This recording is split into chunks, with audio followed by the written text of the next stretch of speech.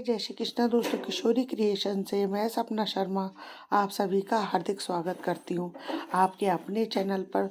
दोस्तों, आज के वीडियो में आपके लिए कार्तिक मास महात्म्य का 27वां अध्याय लेकर के आई हूँ। इससे पहले कार्तिक मास महात्म्य के अध्याय 26 के वीडियो जो है मैंने मेरे चैनल पर डाले हुए हैं, जिनको आप मेरे चैनल पर जाकर देख भी सकते हैं और श्रवण भी कर सकते हैं। कार्तिक मास महात्म्य का 27वां अध्याय बताऊँ उससे पहले 26वें अध्याय में हमने राजा चोल और विष्णुदास की विष्णु भगवान की भक्ति की प्रतिस्पर्धा के बारे में जाना था। तो आगे का वृत्तांत जो है हम 27वें अध्याय में जानेंगे। आइए सुनते हैं कार्तिक मास महात्म्य का 27वां अध्याय, कृष्ण नाम का आसरा, कृष्ण नाम का ध्यान।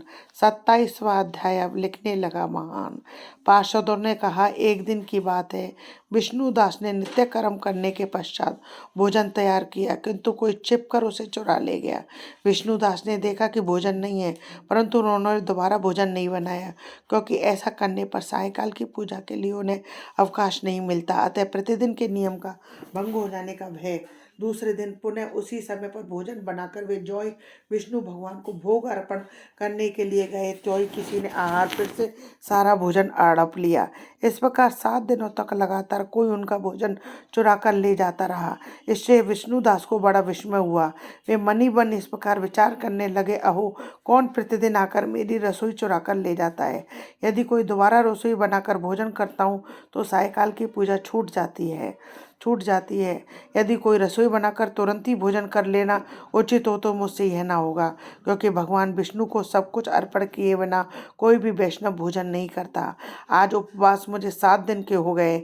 इस प्रकार मैं व्रत में कब तक स्थिर रह सकता हूँ। अच्छा, आज मैं कोई रसोई की भली भांति रक्षा करूँगा। देखता हूँ कि यहाँ पर कौन आता है और मेरे भोजन को चुरा करके ले जाता है। ऐसा निश्चय करके भोजन बनाने के पश्चात वे वहीं छिपकर खड़े हो गए।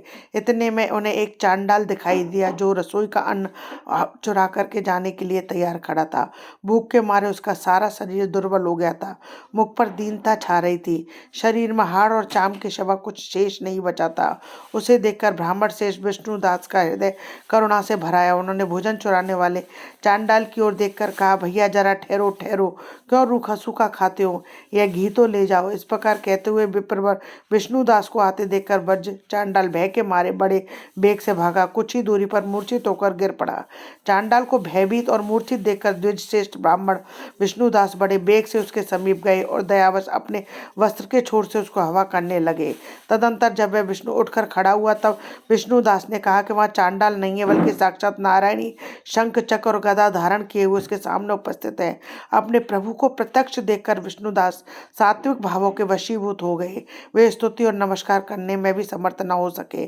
तब भगवान ने सात्विक व्रत का पालन करने वाले अपने भक्त विष्णुदास को छाती से लगा लिया और उन्हें अपने जैसा रूप देकर वैकुंठ धाम को ले चले। उस समय यज्ञ में दीक्षित हुए राजा चोल ने देखा विष्णुदास एक श्रेष्ठ विमान पर बैठकर भगवान विष्णु के समीप जा रहे हैं। विष्णुदास को वैकुंठ धाम में जाते हुए देख राजा ने शीघ्र ही अपने गुरु महर्षि मृदुल को बुलाया और इस प्रकार कहना आरंभ किया, जिसके साथ स्पर्धा करके मैंने इस यज्ञ दान आदि कर्म का अनुष्ठान किया है, वे आज भगवान विष्णु का रूप धारण करके मुझसे पहले ही वैकुंठ धाम को जा रहा है। मैंने इस वैष्णव धाम में भली भांति दीक्षित होकर अग्नि में हवन किया है, दान आदि के द्वारा ब्राह्मणों का मनोरथ पूर्ण किया है, तथापि अभी तक भगवान विष्णु मुझ पर प्रसन्न नहीं हुए हैं और इस विष्णुदास को केवल भक्ति के ही कारण श्री हरि ने प्रत्यक्ष दर्शन दिया है।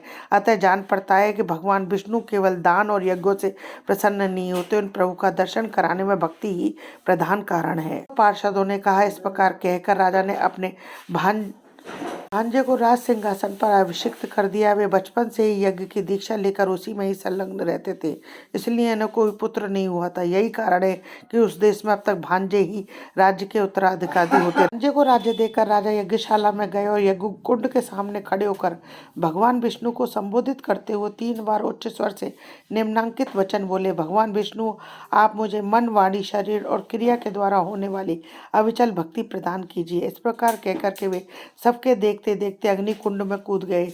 बस उसी समय क्षण भक्त वत्सल भगवान विष्णु अग्नि कुंड में प्रकट हो गए। उन्होंने राजा को छाती से लगाकर एक श्रेष्ठ विमान में बैठाया और अपने साथ लेकर वैकुंठ धाम को प्रस्थान किया। नारद जी बोले, राजन जो विष्णुदास थे वे तो पुण्यशील नाम से भगवान के पार्षद हुए और जो राजा चोल थे उनका नाम सुशील हुआ। इन दोनों को ही अपनी समान रूप देकर भगवान लक्ष्मीपति ने अपना द्वारपाल बना दिया। इति श्री कार्तिक मास महात्म में 27वां अध्याय संपूर्णम। दोस्तों यदि आपको मेरा ये वीडियो अच्छा लगे तो इसे लाइक और शेयर कीजिए। यदि आपने अभी तक मेरे चैनल को सब्सक्राइब नहीं किया है तो इसे सब्सक्राइब करना ना भूलें। पास ही में बेल आइकन को दबाएं जिससे मेरे आने वाले नए वीडियो का नोटिफिकेशन आपको मिल जाए। हिंदू धर्म, रीति रिवाज, कथा कहानी जानने के लिए मेरे चैनल पर बने रहने के लिए बहुत बहुत धन्यवाद। जय श्री कृष्ण दोस्तों, राधे राधे।